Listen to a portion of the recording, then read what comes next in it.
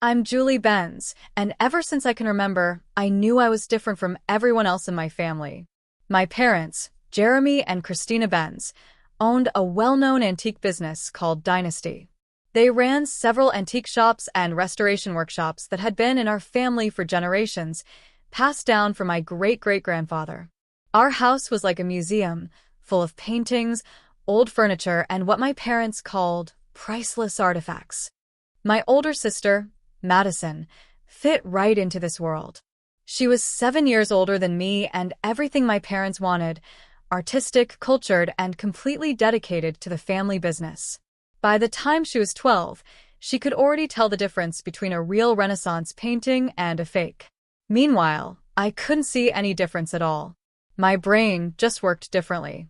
Give me a math problem, and I'd solve it in seconds. Show me a physics equation, and it made perfect sense.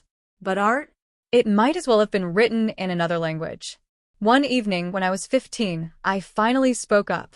"Dad," I said, "I really think I'd be better at something else. Maybe business or engineering." He looked at me like I had suggested running away to join the circus.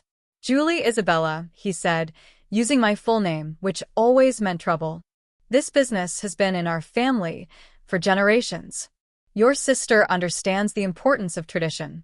Why do you have to be so different?" Madison happened to walk by with her sketchbook and couldn't resist adding, "Maybe you're adopted, Tess. You clearly don't have the Benz artistic gene."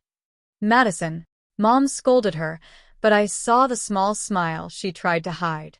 That hurt even more than Madison's words. As I got older, the pressure to fit in only got worse. Every family dinner turned into a lecture about the importance of art and culture. Every school break meant working at our shops, where I felt completely out of place among all the antique lovers. I started pushing back, at first in small ways. I forgot my art history assignments. I skipped family gallery visits. I spent more time in the math lab at school. But my parents' constant disappointment, combined with Madison being the perfect daughter, only made me want to rebel even more. I remember the first time I smoked a cigarette behind the school gym. It didn't taste great, and I didn't even enjoy it much. But knowing how much it would shock my health-obsessed, image-conscious family gave me a strange sense of satisfaction. Looking back, I can see how lost I was. The more they tried to force me into their world, the more I pushed back. It became a never-ending battle. They pressured me to follow the family business, so I rebelled. They tightened their control, and I found new ways to break free. I even became an expert at forging my dad's signature on school notes. It started when the school called my parents in for another talk about my behavior. I copied his handwriting perfectly, writing an excuse for why he couldn't come. The irony wasn't lost on me. My one artistic skill was forgery. If my antique-dealing parents ever found out, they would have been horrified. My 19th birthday didn't feel like a celebration. It felt like a countdown to being trapped forever. "We've enrolled you in the Art Institute," Dad announced over dinner, sliding an acceptance letter across the table like it was a gift. "You'll study art history and conservation. It's time to get serious about your future in the business." I stared at the letter, my hands shaking. "I already told you, I want to study business analytics at State University. I got accepted there too." Mom's face turned cold. "That's out of the question, Tess Isabella. We're not paying for you to waste time on numbers." She said numbers like it was something disgusting. "Your sister is already managing one of our shops," Dad added proudly. "In a few years, you could be doing the same." I stood up so fast my chair crashed to the floor. I don't want to be like Madison. I don't want anything to do with antiques, or art, or this whole suffocating business. That night, I packed a bag and left. I thought they would come after me, try to stop me, or at least call. But they didn't. Their silence said everything. I was finally free, but I was also completely alone. My friend Teresa let me sleep on her couch for a few weeks. Then I moved in with Sophia from high school. I worked whatever jobs I could find, retail, data entry, nothing lasted long, but it was enough to get by. Then I met Henry.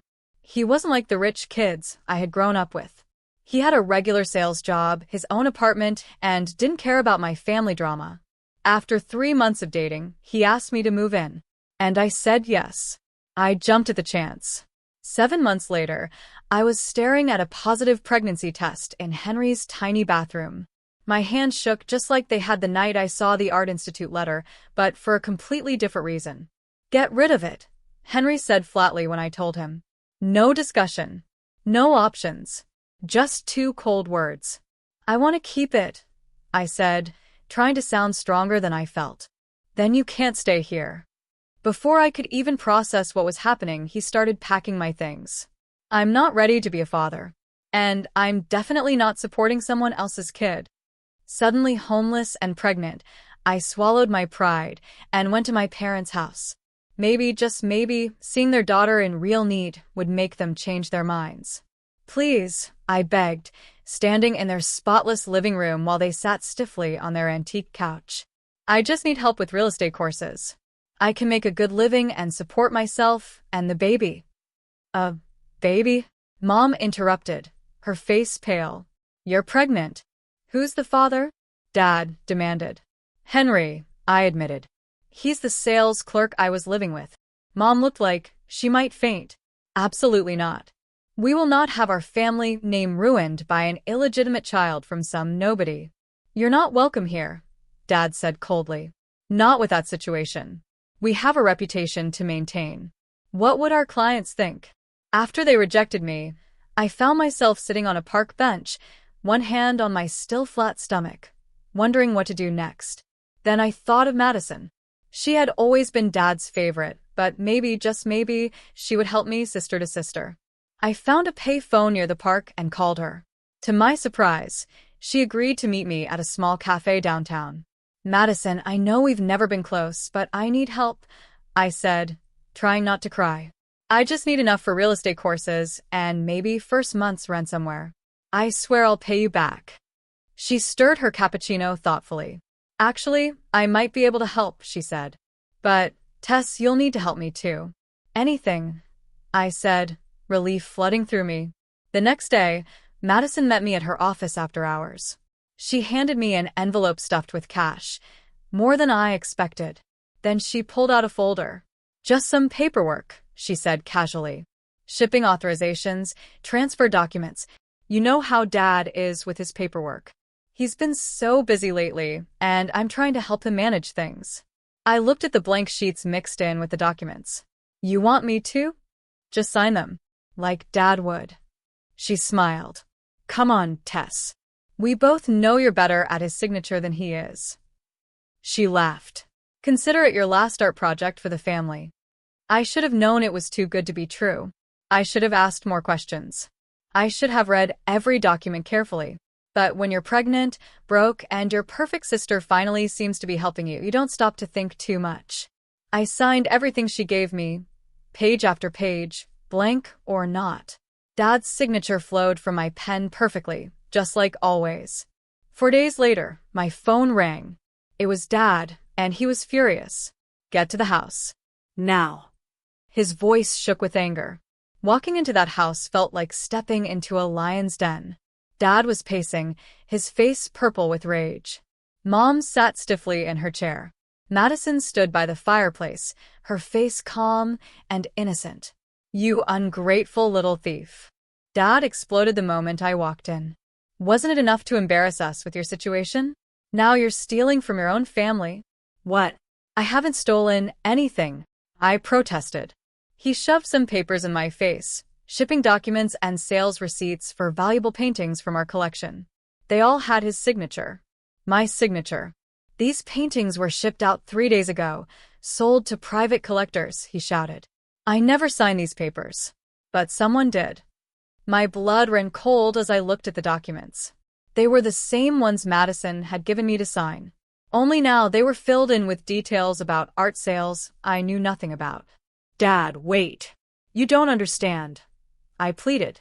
Madison asked me to sign those papers. She told me they were just routine documents. The moment I said her name, Madison's innocent mask turned into fake shock and hurt. She was always the better liar between us. How dare you, she gasped. Daddy, I saw her here 3 days ago, sneaking around the house when everyone was at the gallery opening. I thought she came to apologize, so I didn't say anything. But now, that's a lie. I screamed. I haven't been here in days. Madison gave me those papers to sign. She set me up. Dad's face only grew colder. Enough, he said. First, you shame this family with your pregnancy. Now you try to blame your sister for your crimes? Madison has dedicated her life to this business. She would never. But I'm telling the truth. I was crying now, my hands instinctively covering my stomach. Please, Dad. Just listen. I've heard enough, he interrupted, his voice like ice. You are no longer my daughter. I'm removing you from my will, and I want you to stay away from this family. You're dead to us. Mom just sat there, silent, tears running down her face. Madison played the role of the heartbroken sister perfectly. Within hours, the phone calls started. Aunts, uncles, cousins, one by one, they called to tell me how disgusted they were. Madison had wasted no time spreading the story about how I had stolen from the family. I can't believe you would do this to your own parents, Aunt Cheryl's voicemail said. Don't even think about coming to Friday dinner anymore. We always knew that girl would turn out bad. I overheard Uncle Tyler tell my cousin. Stay away from her. She's nothing but a thief and a liar. The stress was unbearable. I couldn't eat. I couldn't sleep. Every time my phone rang, it was another relative cutting me off. Every message was like another nail in the coffin of my old life. For days after the fight with my dad, the cramping started, sharp, terrible pains that had me doubled over. Then the bleeding came. I called an ambulance from my tiny motel room, but deep down, I already knew. By the time I got to the hospital, it was over. I had lost everything. My family, my reputation, and now my baby. The doctor said it was most likely caused by extreme stress. After I was released from the hospital, I spent weeks barely existing. I felt numb. But one morning, I woke up from a dream with Madison's smug face in my mind, and something inside me snapped. They wanted me to fail? Fine. I'd show them just how wrong they were. I found New Beginnings, a women's support organization, through a flyer at a coffee shop. Walking into their office was one of the hardest things I had ever done. Admitting I needed help went against everything my family had taught me. But Isabella, my caseworker, didn't see me as a failure. She didn't see a disappointment. When she looked at me, she saw potential. You're good with numbers? She asked in our first meeting. And you understand property values? Have you considered real estate? That conversation changed everything. The organization helped me enroll in real estate courses, gave me a small stipend for basic needs, and even helped me find temporary housing in their women's shelter. All those years of analyzing property values while my parents dragged me through antique shops had actually given me a skill. My mathematical mind could calculate mortgage payments and investment returns in seconds. And maybe, just maybe, watching people haggle over precious artifacts had taught me a thing or two about negotiation. I got my real estate license faster than most and landed a job at Metropolitan Real Estate. My first sale was a small condo. The commission I earned felt better than any praise my parents had ever given me. The buyers, a young couple purchasing their first home, hugged me after the closing. We didn't think we could afford anything in this neighborhood, they told me. But you made it happen. After that, more deals followed. I had a talent for matching people with the right properties and seeing potential where others saw problems. Within 7 months, I was the top performer at the agency. The money started coming in, enough to rent a nice apartment in a safe building, buy professional clothes, and finally start saving. I quit smoking, joined a gym, and cut ties with the party crowd for my rebellious years. For the first time, my life was mine, and I was making it count. That's how I met Tyler. He came in looking for a commercial property for his tech startup. The moment he walked into my office, I knew he was different. He didn't care about my family background or social status. What impressed him was my knowledge of commercial real estate trends and how quickly I could calculate numbers. After our third property tour, he smiled and said, we could go over the rest of these listings over dinner. Our first date turned into weekly dates. He introduced me to his family, kind, down-to-earth people who cared more about who I was than where I came from. His mother hugged me the first time we met. His father actually listened when I talked about market trends and investment strategies. A year later, Tyler proposed. We had a small wedding in his parents' backyard. No fancy church, no society photographers, no expensive reception. Just us, his family, and a few close friends I had made along the way. His mother helped me pick out a simple white dress. His sisters decorated the garden with fairy lights. For the first time since losing my baby, I felt like I truly belonged. Tyler wasn't just supportive of my career, he was my biggest cheerleader. When I told him I wanted to start my own real estate agency, he didn't hesitate. You've got the talent and the clients, he said, looking over my business plan. Let me help with the startup costs. Consider it an investment in our future. Julie Ben's real estate opened 7 months after our wedding. But even as I cut the ribbon at our grand opening, I knew something was missing. I want to get my business degree, I told Tyler over dinner that night. I'm doing well with instinct and experience, but I need formal education to take this to the next level. He smiled. I was wondering when you decide to do that, Tyler said with a smile. You know, Mom and Dad had a bet about how long it would take before you talked about college. That was another blessing in my life, my in-laws. Friday dinners at their house became a tradition. Tyler's mom taught me her secret recipes. His dad shared business advice. His siblings treated me like I had always been part of the family. No one judged me for not knowing about art or antiques. No one compared me to anyone else. I found a way to balance running my agency, going to classes, and spending time with family. My grades were great. Turns out, when you're studying something you actually love, learning feels easy. All the business ideas I had always understood in my head finally had names and rules. Then, one morning, as I was getting ready for class, I heard a familiar name on the news. Major scandal in the art world. Prestigious antique dealer accused of selling forgeries. The headlines screamed about fake paintings, cheap copies from Europe, being sold as originals through a respected family business. I sat in my office, staring at the news on my computer, unable to believe what I was seeing. My father, the same man who disowned me for ruining the family's reputation, was now at the center of one of the biggest art fraud scandals in years. Then my phone rang. Unknown number. I answered. Julie. My mother's voice was weak, almost unrecognizable. Please don't hang up. What do you want? My voice was calm, steady. It was Madison, she sobbed. All these years, she's been running a forgery operation through our shops. Those paintings you were accused of stealing? They were fake. She needed to get rid of them because the real ones had already been sold months before. She's been doing this for years.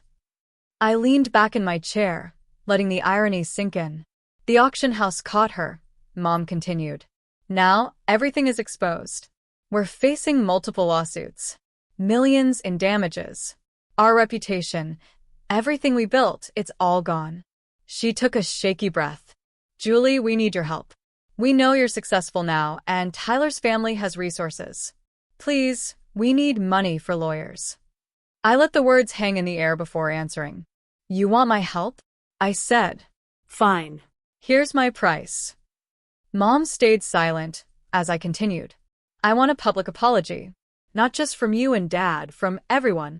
Every single relative who called me a thief. Who spread lies about me. Who turned their backs when I needed them most. And I want Madison to admit what she did to me. There was a long pause on the other end. I'll see what I can do, my mother finally whispered. A week later, I got an email. It was a video. It had been filmed at our family's Thanksgiving dinner, an event I hadn't attended in years. The dining room was packed with relatives. And there, standing at the head of the table, was Madison. I need to confess something. Madison's voice shook. Years ago, when Julie was accused of stealing those paintings, it was me. I set her up. I made her sign documents when she came to me for help, then used them to cover up my own crimes. Julie was innocent. The video continued as one by one, my relatives stood up to apologize. Aunt Cheryl, tears streaming down her face, admitted she should have known better than to believe the worst about me. Uncle Tyler said he was ashamed of how quickly he had judged me. Cousins I had grown up with apologized for turning their backs on me. My father spoke last. He looked older than I remembered. "We failed you, Julie," he said. "We believed the worst about you because it was easier than admitting we might be wrong. We pushed you away when you needed us most, and because of our actions, you lost." His voice broke. "You lost your child, your mother, and I will carry that guilt forever." I sat in my home office, watching the video 4 times before opening my social media account. My fingers hovered over the keyboard before I began typing. "To my extended family, thank you for your apologies. It takes courage to admit when you're wrong, and I appreciate that you finally found that courage. I accept your apologies and am grateful that the truth has finally come to light." I hit post, took a deep breath, and started typing again. "However, to my immediate family, while I acknowledge your apologies, I cannot and will not help you with your legal troubles. Years ago, when I came to you, pregnant, alone, and desperate, you chose your reputation over your daughter. Your rejection led to the loss of my unborn child, a pain I carry with me every single day.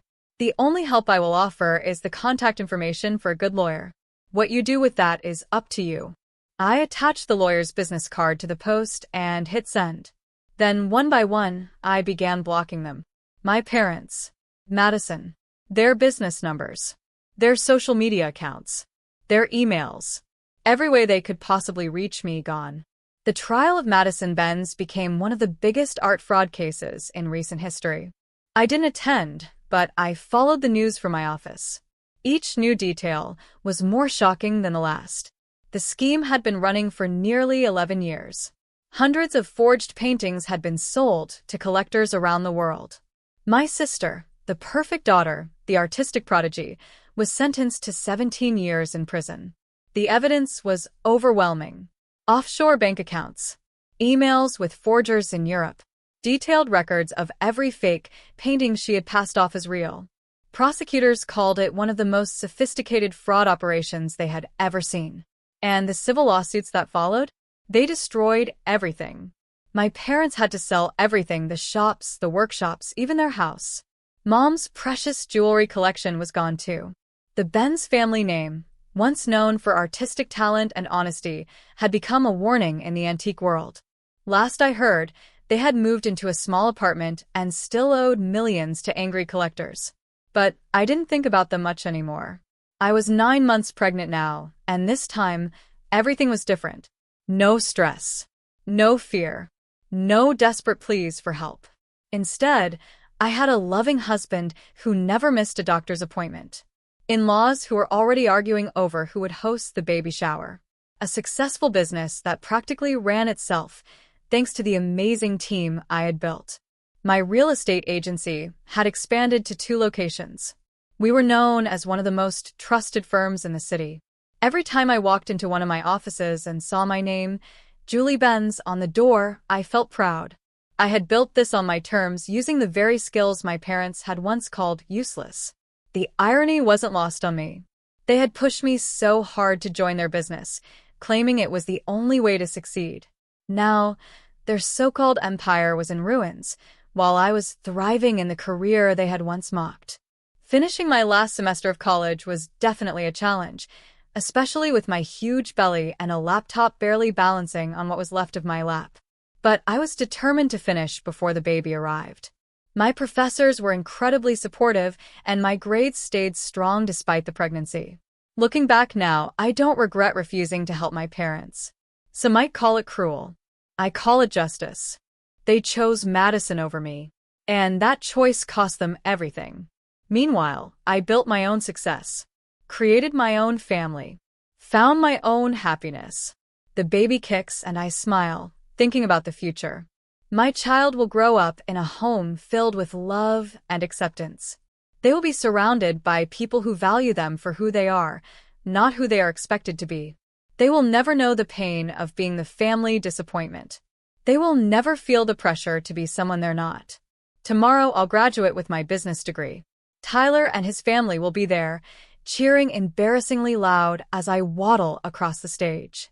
My massive belly might make it awkward to get my diploma, but I wouldn't have it any other way. Sometimes, I think about that scared, pregnant girl who left home with nothing but a broken heart and a forged signature. She could never have imagined this future. Successful businesswoman, beloved wife, soon-to-be mother, college graduate. But she did know one thing. She was stronger than they ever thought. And she was right.